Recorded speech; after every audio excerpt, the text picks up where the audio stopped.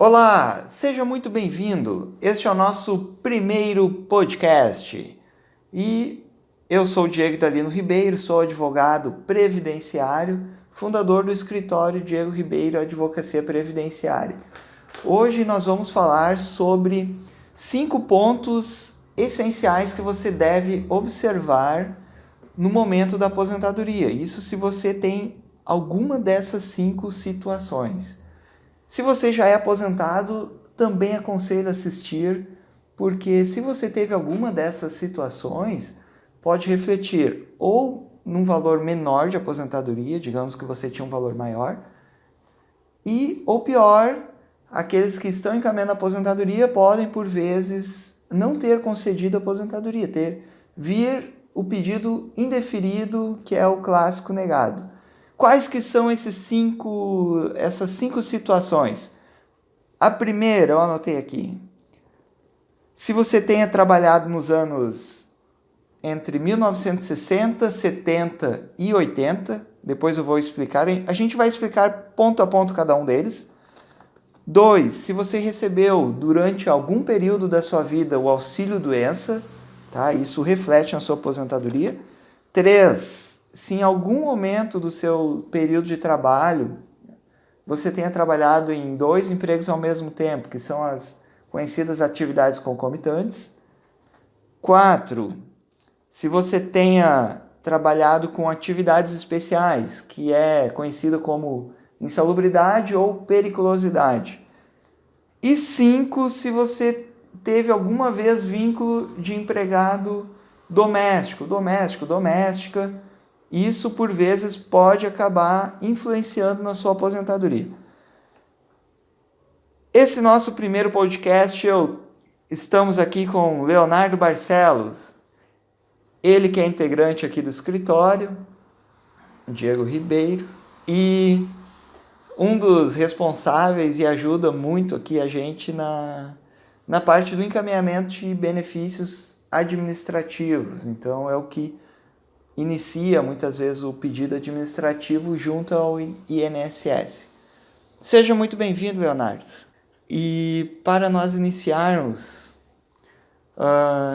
eu vi que mudou, né? Hoje a situação do INSS. Como é que faz, digamos assim, para uma pessoa que ela não sabe como é que funciona o sistema da Previdência na hora de encaminhar a sua aposentadoria? O que mudou? Mudou bastante. Antes, na verdade, a pessoa tinha que agendar, né? Agendava um atendimento presencial no INSS, na agência mais próxima que ela morava. Ótimo. E ela agendava pelo telefone ou pela internet mesmo. Hoje, não é mais assim, não é nada presencial. É tudo digital, né? Sim. E você tem que saber lidar muito ali com a questão de documentos digitais, em escanear os documentos e tudo mais, que nós vamos explicar depois, certo? Mas hoje está tudo assim, tudo digital no INSS. Sim. Não tem mais nada presencial. Claro, eu vejo isso como uma situação assim boa, só que eu fico pensando para aquele pessoal que não tem, assim, digamos, tanta facilidade com a internet. Não está acostumado, né? Exato, porque quase sempre quem vai pedir aposentadoria já tem acima de 50 anos. Sim. Claro que hoje as pessoas já estão, digamos assim, high-tech, né? Então, tudo antenado. Sim. Mas, às vezes, é mais fácil pro filho, pro neto que tem lá, não sei, 15 anos de manusear a internet. Fazer a aposentadoria, né? Até a própria pessoa. Eu acredito que seja mais fácil para ter esse controle, essa facilidade, né, com a internet. Sim, verdade. Tá. Uma das coisas, bem lembrado, Leonardo, falar em relação à internet, que agora pelo site não tem o agendamento. Então não tem Vou te questionar, claro que eu já imagino, mas não tem o acesso com o servidor, né? Essa é uma das situações. Pode até acontecer, né, Leonardo? Mas Nos casos assim, quando o INSS pede, né, para ir até a agência, Mas aí é quando o pedido já está feito digitalmente pela internet. Uhum. E aí, se houver alguma coisa que estiver faltando, algum documento que estiver faltando, pode ser que o INSS diga para comparecer em alguma agência para poder levar esse documento. Né? Mas, Exato. inicialmente, no caso, é tudo digital. Uhum. Sim, sim. Eu me refiro ao servidor porque é que assim, ó, antigamente tu agendava a aposentadoria, tá? E aí no dia marcado você comparecia presencialmente lá na agência do INSS e aí o servidor ia te dizer lá, olha, tá faltando tal documento, isso, aquilo, ele acaba sempre orientando bastante, né? Sim. E agora com essa nova sistemática, que é totalmente online, o formulário, para te preencher ali na hora de encaminhar a aposentadoria, ele é bem completo. Mas aí ocorre duas situações, tá? Se aquela pessoa que vai encaminhar a aposentadoria, ela não sabe exatamente o que ela vai requerer, né? Digamos, às vezes não sabe o tipo de benefício de aposentadoria que ela vai requerer, se é por idade, se é por tempo de contribuição. O qual que se encaixa, né, Exato, na situação fática dela. Se ela não fez uma análise completa antes, eu vejo como uma parte ruim dessa questão digital. Exato. A pessoa pode até fazer um pedido errado, né, de aposentadoria. Pode ser que ela requeira uma aposentadoria que não se encaixe com o que ela tem de requisito. Sim. E daí acaba complicando, tem que cancelar esse pedido. E aí é feito, vai ter um prazo para poder, exato, vai ter um prazo para poder cancelar esse pedido, mas enfim, teria que ver realmente primeiro qual tipo de benefício a pessoa quer. Ótimo. Então, primeira dica, pessoal, antes de encaminhar a aposentadoria, faça uma simulação completa do seu caso, até para identificar o tipo correto de aposentadoria que você irá encaminhar. Né? E aí, chega na hora de encaminhar o pedido, você digitaliza a documentação e tudo mais, você já vai, porque tem uma série de campos para preencher, né? E ali você já vai certeiro o que tem que encaminhar no seu pedido de aposentadoria, tá? Mas vamos além. Leonardo, qual é o site para encaminhar a aposentadoria? Quando a pessoa vai pesquisar no Google, né? Ela vai pesquisar aposentadoria INSS. Ela coloca isso no Google para tentar pesquisar como é que vai achar, né? Como é que vai fazer esse pedido. E ela se encontra com um site chamado Meu INSS. Né? Perfeito. Esse, no caso, é o site para você poder fazer a sua aposentadoria. Show de bola. Então, pessoal, o site para encaminhar a aposentadoria do INSS atual, tem o site do INSS e tem esse novo, né, para encaminhar a aposentadoria, que é o Meu INSS. Ali tem uns procedimentos de início, quem tá caindo de paraquedas, assim, que quer iniciar... Ah, sim. Só para uma ressalva, pessoal, eu fico cortando o Leonardo aqui toda hora. Isso acontece direto. Tá, eu gosto de falar, né, bastante. Olha só, o INSS ele foi feito para as pessoas, tá? Não é porque eu sou advogado que eu vou dizer que você necessita de um advogado para encaminhar a aposentadoria. Não necessita. O INSS foi criado para as pessoas. A gente sabe que na prática a aposentadoria virou algo complexo. Tem tantas leis, tantos requisitos, tanta burocracia que, lógico, se você tiver condições de contratar um advogado e tudo mais, faça isso, né? Até porque hoje é fácil, digamos assim, tem muitos advogados aptos que são... Nossa, a especialidade previdenciária hoje é muito grande. Então, é fácil para um segurado contratar um advogado previdenciário. Mas não há necessidade, tá bem?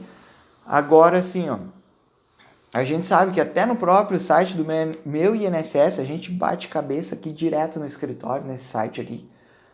Mas é o primeiro caminho, né? E aí, o que você ia falar? Tem um cadastro, né? A pessoa tem que fazer, primeiro de tudo, um cadastro nesse site. Né? Ela tem que fazer uma senha para ela. E essa senha, ela faz, no caso, tem 3 tipos de fazer essa senha. Uma é por e-mail, se você já tiver um e-mail, por exemplo, cadastrado no INSS, aí o INSS manda um e-mail para você e manda uma senha inicial, para, no caso, você poder fazer uma nova senha depois. Tem por telefone também, se tiver cadastrado um telefone no INSS, tem também a opção de selecionar o telefone para você receber uma mensagem e fazer uma nova senha para você. E tem a terceira opção, que no caso é por perguntas, né?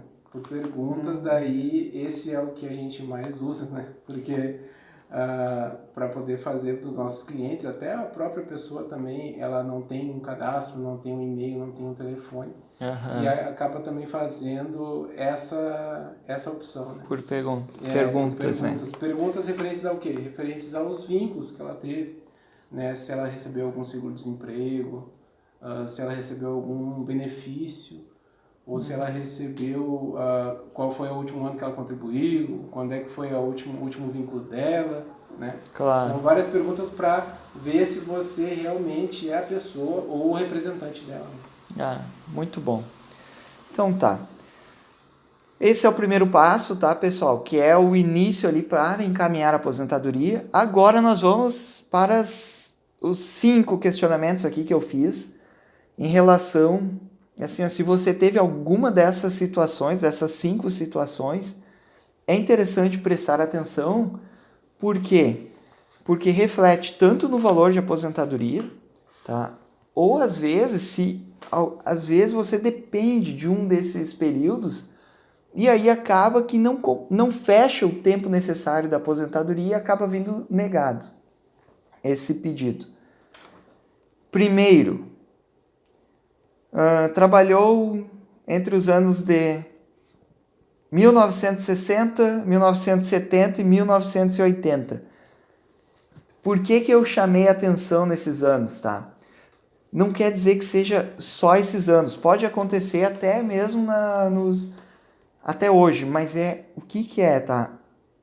É a clássica situação de não aparecer essas contribuições no sistema CNIS do INSS. Acontece direto, né, Leonardo? Exato. CNIS, no caso, é o extrato previdenciário, né? Onde tem todos os vínculos, teoricamente, todos os vínculos, né? Da pessoa. Deveria, né? Deveria aparecer, né? Claro. E todas as contribuições que ela teve. Esse é o CNIS, extrato previdenciário.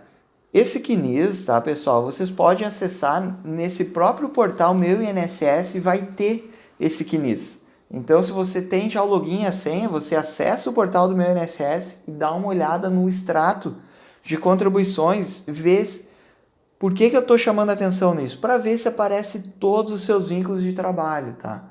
Porque é comum, digamos assim, você tenha trabalhado, trabalhou entre 1980 a 1985, tá? Numa empresa lá, você tem na carteira de trabalho esse período constando, e aí você consulta o teu extrato CNIS, tá? No portal do Meu INSS, e não aparece esse vínculo de trabalho. Ou seja, o INSS não está vendo esse período. E aí, digamos que você tenha trabalhado de 1980 a 85, acaba que são 5 anos que não vai ser contado. 5 anos perdidos, assim, né? No cálculo do INSS. No cálculo prévio, né? Aquele cálculo prévio do INSS já não vai estar ali. Não quer dizer que não vai ser contabilizado, tá, pessoal? O que você tem que fazer? Juntar provas, juntar carteira de trabalho. Mostrar que trabalhou, né? Mostrar. E aí, só que o que eu tenho percebido, Leonardo, e aí depois tu me confirma se é verdade ou não, é que assim, hoje, pela alta demanda, em função aí da reforma previdenciária e tudo mais, aumentou muito os pedidos do INSS. Aumentou bastante. E aí, o que acontece? Eu tenho percebido que o INSS tem feito uma análise, digamos assim, com pressa, sabe? Superficial, né? Às vezes até superficial. E aí, então, aquela pessoa que simplesmente chega e encaminha o seu pedido, não observa que, poxa, tem um vínculo de trabalho que não está lá no extrato de contribuição. O que a gente faz? A gente faz um pedido por escrito, sabe? Olha, o vínculo tal não está ali no sistema. A gente tem que fazer a inclusão, entende? Sim, exato. A gente chama a atenção do servidor que vai analisar o pedido. Isso. E chama a atenção para ele que ele inclua esse vínculo que não está aparecendo no extrato. Exato. Que seja contabilizado, né, como tempo. Né? E daí é necessário fazer um requerimento, algo escrito, algo ou digitado, né? Claro, porque assim como você pode passar despercebido um vínculo desses, o servidor também pode às vezes passar despercebido. Sim. E aí ele tem que fazer os acertos. Acontece ainda de ter, digamos assim, que você tenha contribuições, paga às vezes em atraso, ou às vezes você tem contribuição, estou fazendo um adendo aqui, um valor menor, ou um valor errado, ou num código errado. Isso aí cria o que chamamos de pendência nesse extrato CNIS. Às vezes até aparece, né, Leonardo, no extrato CNIS, só que ele fica uma marcação ao lado daquele período. Um indicador, né? Exato, um indicador. Sim. E fica de olho porque, assim, ó, tem que tirar aqueles indicadores, tá? Porque se continuar aqueles indicadores nas suas contribuições, por vezes ele não contabiliza. Então, se o servidor, no concluir a sua aposentadoria, ele não resolver esses períodos, todos esses períodos de trabalho acontece também com vínculo de emprego quando o empregador paga em atraso. Eu já percebi, e isso pode acontecer de criar um marcador no teu extrato de contribuição. E aí vai estar aparecendo ali no teu extrato. Mas, quando você vê, digamos, você simulou a aposentadoria, você somou todos os teus períodos de trabalho, tem 30 anos de contribuição, 35 anos. E aí encaminhou a aposentadoria, chegou lá no final, deu 25. Acontece, sim, de ficar 10 anos a menos. Acontece bastante. Pode perceber que deve ser algum daqueles indicadores ali. Tem formas de solucionar, tá, pessoal? Fazer mais alguma complementação aí em relação a esses períodos da carteira? Uma observação quanto às anotações gerais, né, da carteira. Ótimo. É importante também verificar, porque todo vínculo ali que tiver, por exemplo, vide página tal, né, quando tem essa referência de uma outra página da mesma carteira, pode ser uma anotação geral e pode ser importante referente a esse vínculo. Lógico, bem lembrado. Até a gente vai falar depois, mas às vezes nas anotações gerais consta o período de auxílio-doença lá nas antigas, ou ainda aviso prévio indenizado. Aviso prévio indenizado. Também. Na lei trabalhista, tá? Pela lei trabalhista ele diz que deve ser contabilizado como tempo de serviço. Como tempo de serviço. Mesmo você não tendo ido trabalhar, né, no emprego, mas no caso foi pago o aviso prévio. Foi indenizado, Esse aviso prévio indenizado ele conta também. Exato. Isso, o empregador ele optou por te rescindir o contrato, te demitir no ato, né? Sim. Eu não quero mais que você trabalhe e vou te indenizar aqueles 30 dias de aviso prévio. Então, pela lei trabalhista deve contar. A CLT é bem clara nisso. Exato. É controverso isso, na questão previdenciária é controverso, mas está na lei trabalhista, então a gente pede, né, Leonardo? Nós pedimos sempre. Então vamos para a segunda situação que você deve observar se você recebeu algum período de auxílio-doença durante a sua vida e a sua jornada toda de trabalho, né? Se você teve algum período de auxílio-doença, chama atenção aí para nós, Leonardo. Por que é importante o auxílio-doença? O auxílio-doença é importante porque o auxílio-doença é contabilizado também, né? Como tempo de serviço e carência. Com certeza. Né? Então ele pode ajudar muito a pessoa em ganhar mais tempo de serviço do que ela realmente trabalhou, né? Esse recebimento de benefício conta como tempo. E também as remunerações que ele ganhou de auxílio-doença também vão contar para serem calculadas no valor de aposentadoria dele, né? Exato. Então é muito importante também verificar os auxílios-doença que ele tem, né? Isso. Você falou uma palavra interessante, carência. Porque assim, ó, para aposentadoria por idade, tá, pessoal? O auxílio-doença, vamos dizer, aposentadoria por idade você precisa daqueles 180 meses. No popular fala-se 15 anos. E aí, às vezes, a pessoa ficou 3 anos em auxílio-doença. Acontece, tá? 3 anos em benefício, ou 1 ano. E aí você faz a soma e vê que necessita aquele período de auxílio-doença, vai fazer toda a diferença, porque vai completar o seu tempo de contribuição. Ou até mesmo a aposentadoria por tempo de contribuição, né? 30, 35 anos. Sim. Ali é importante, só que tem, digamos assim, um segredo para ser contabilizado o auxílio-doença e muitas pessoas erram no encaminhar a sua aposentadoria. Que é o quê? Digamos assim, a pessoa está em auxílio-doença e ela completou a idade ou ela completou o seu tempo de contribuição. E aí ela já está pensando, bom, se eu somar agora o meu auxílio-doença, eu vou fechar o tempo de serviço. Só que aí, o que ela se antecipa, né? Ela já pede aposentadoria, né? Ela é sem... Ela pede, às vezes nem acabou o auxílio-doença. Sim, nem acabou e já pede aposentadoria direto. E já vai lá e requer aposentadoria. Está errado, tá? Por quê? Porque digamos assim, tem um entendimento, tá? Jurisprudencial que entende o quê? Que para ser contabilizado o seu tempo de auxílio-doença, você deve ter o efetivo retorno ao trabalho. Como é que se comprova esse efetivo retorno ao trabalho? No caso, quando é cessado o auxílio-doença e você está de carteira assinada, né, você volta ao trabalho pelo menos por um dia, né, um dia de trabalho somente, para poder contabilizar o auxílio-doença anterior. Mas se não tiver de carteira assinada e você recebe auxílio-doença, quando ele acaba, você tem que fazer pelo menos uma contribuição, pagar uma contribuição só, como autônomo. Uhum. Porque a contribuição como autônomo seria referente a voltar a trabalhar, né? É que, assim, na prática, o que é, né?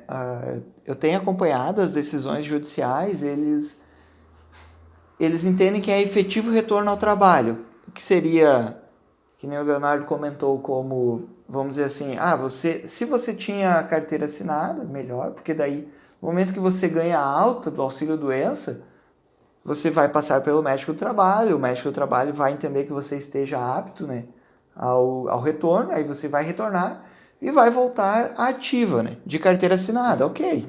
Voltando à ativa, vai estar ali toda a comprovação que você retornou, né, ao mercado de trabalho, que seja naquele vínculo ou ainda que seja outro, mas você voltou ativo. Ou aquele profissional que é profissional liberal, o autônomo, o autônomo ele vai efetuar as contribuições como autônomo, né? Não digo que seja apenas uma contribuição, é que tem que haver o efetivo retorno ao trabalho. Então, porque eu digo assim, pelo menos, né? Exato. Pelo menos um dia de trabalho quando volta, ou pelo menos uma contribuição. Não quer dizer que precise só de um. Né? Tu pode continuar trabalhando e tu pode continuar contribuindo também. Né? Eu só chamei a atenção porque às vezes pode o INSS daqui a pouco exigir a prova do que retornou ao trabalho, né? Só por esse motivo. Uhum. Mas assim, retornando ao trabalho, então havendo as contribuições após o auxílio-doença, tá? Então não adianta você querer requerer a sua aposentadoria no meio do benefício de auxílio-doença ou acabou o auxílio-doença e já ir lá solicitar. Se não tiver esse retorno efetivo ao trabalho, o auxílio-doença não vai ser contabilizado, tá? E aí você perde tempo de contribuição e salários, né? E salários, porque esses salários integram ao seu cálculo de aposentadoria. E faz falta, tá? Principalmente, imagina uma pessoa que tenha, digamos assim, ela completou os 30, mulher 30 anos, hoje pela lei atual, 30 anos de contribuições, homem 35 anos, digamos que a pessoa já tenha os 35 anos, mas precisava de um ano a mais que somada a idade ia atingir a pontuação, a aposentadoria por pontos. Aposentadoria por pontos, que ainda não é a da reforma previdenciária, tá? É a aposentadoria por pontos atual, ela não incide fator previdenciário. E o que acontece? Quando você atinge a idade mais a pontuação, a sua aposentadoria não tem o fator previdenciário. Ou seja, você vai receber integralmente a sua aposentadoria. Então, por isso que é muito importante que você utilize todo o seu tempo de contribuição. Daí tem aquele cara que ele diz, não, mas eu já tinha tempo sobrando. Diego, eu não precisei... eu nem precisei usar toda a minha contribuição porque eu tinha tempo sobrando. Tá, mas então você perdeu dinheiro porque esse tempo sobrando, ele reflete na sua aposentadoria. Sim, então tu poderia ter um benefício com salário maior. Acho que o auxílio doença fechou, né? Essa parte. Fechou. Então vamos para a terceira situação, que são as atividades concomitantes, 2 empregos ao mesmo tempo. A pessoa que teve 2 empregos ao mesmo tempo, o que difere? O INSS não soma, né? Não. Ele desconsidera, deixa um como secundário, né?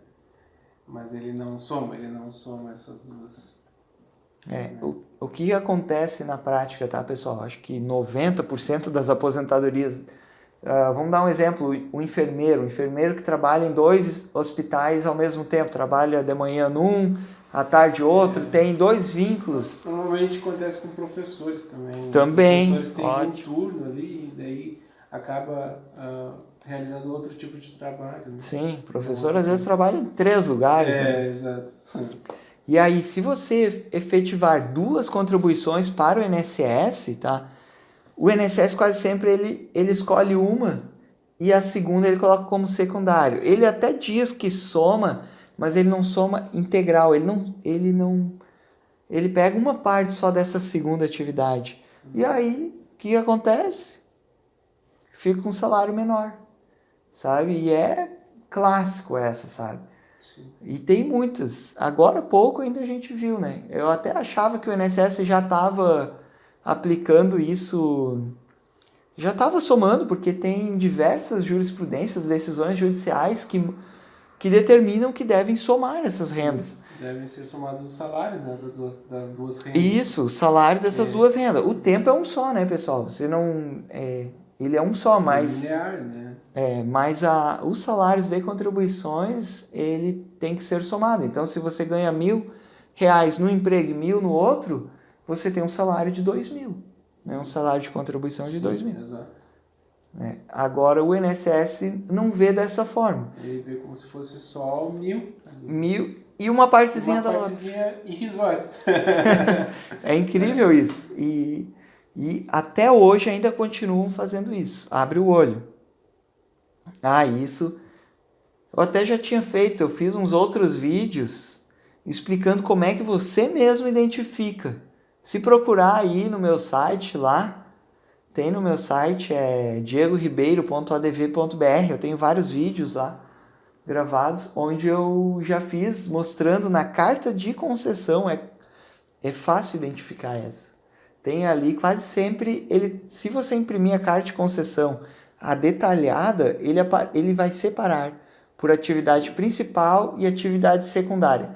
Se aparecer atividade secundária, abre o olho porque deve ter... Pode ter sido o INSS não ter somado. Não ter somado. As rendas. Fica esperto. Tá? Essa era a terceira situação. A quarta, essa aqui é ótima. Atividades especiais, insalubre e periculosa. Isso aqui dá trabalho para um podcast inteiro desse tema aqui, né? O vídeo inteiro, né?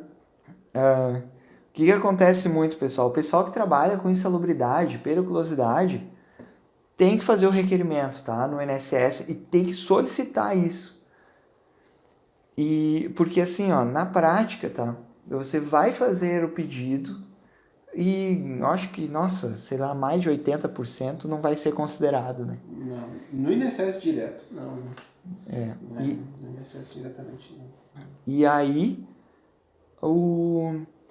só que tem uma ressalva, tá? Que o que você tem que fazer? Você, digamos assim, ó, vamos ver um caso, tem vários, tá? Insalubre, enfermeiro, uma clássica, periculoso, o vigilante, eletricista, tá? Inclusive a periculosidade tá para cair fora agora, tá? Na reforma previdenciária tá ali na proposta. Sim. Ali que eles querem eliminar, né? Só que assim, ó, o que você deve fazer, tá? Se você tem insalubridade ou periculosidade, não importa o grau que você tenha, você tem que juntar as provas, tá? Porque assim não basta só pedir. Tem que comprovar, tá? A carteira de trabalho é uma das formas. Vai depender muito do período que você trabalhou, tá? Se for período anterior a 1995, ali, 97, quase sempre, depende da profissão, ele se enquadra por categoria. Categoria profissional.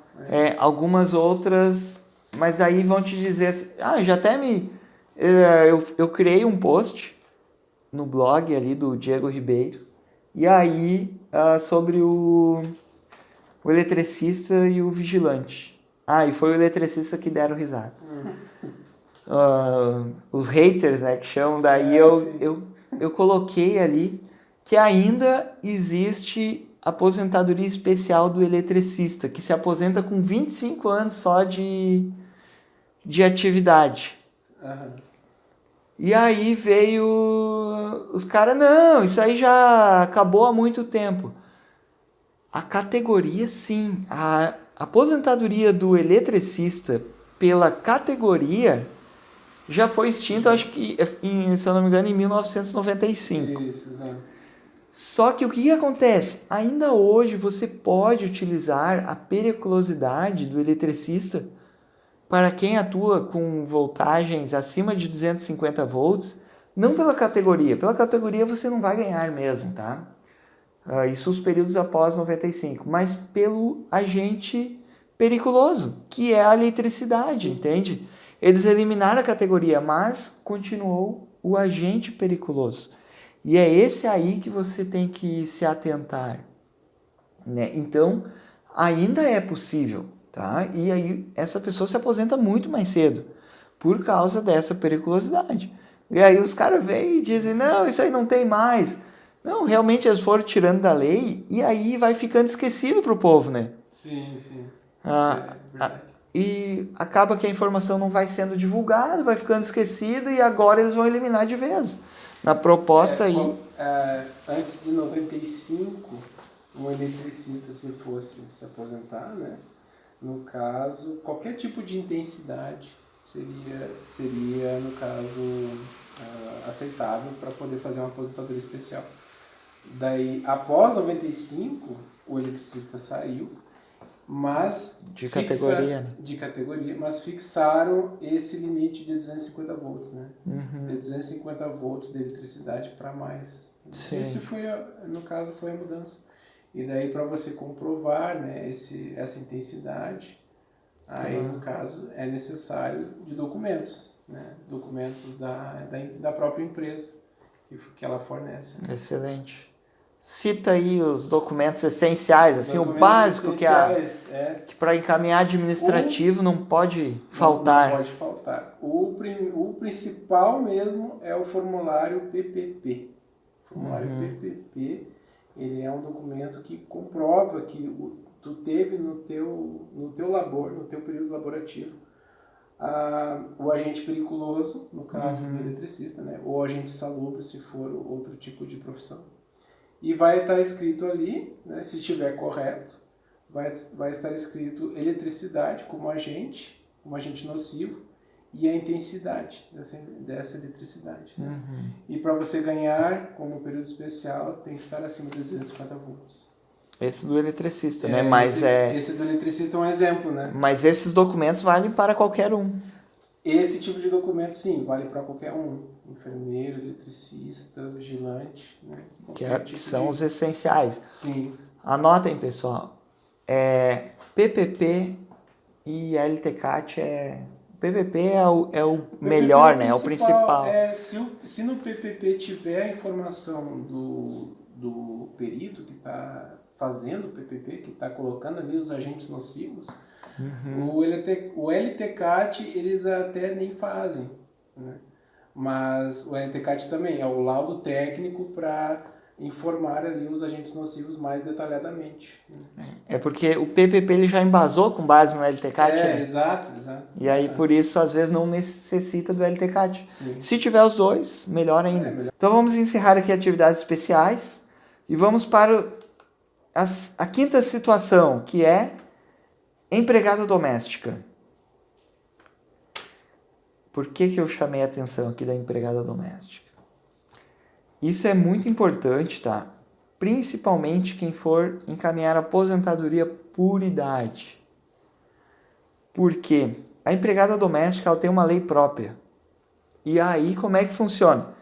Digamos que você, não só a empregada doméstica, o empregado doméstico também, o homem, tanto a mulher, tanto faz. Não importa o gênero. Isso.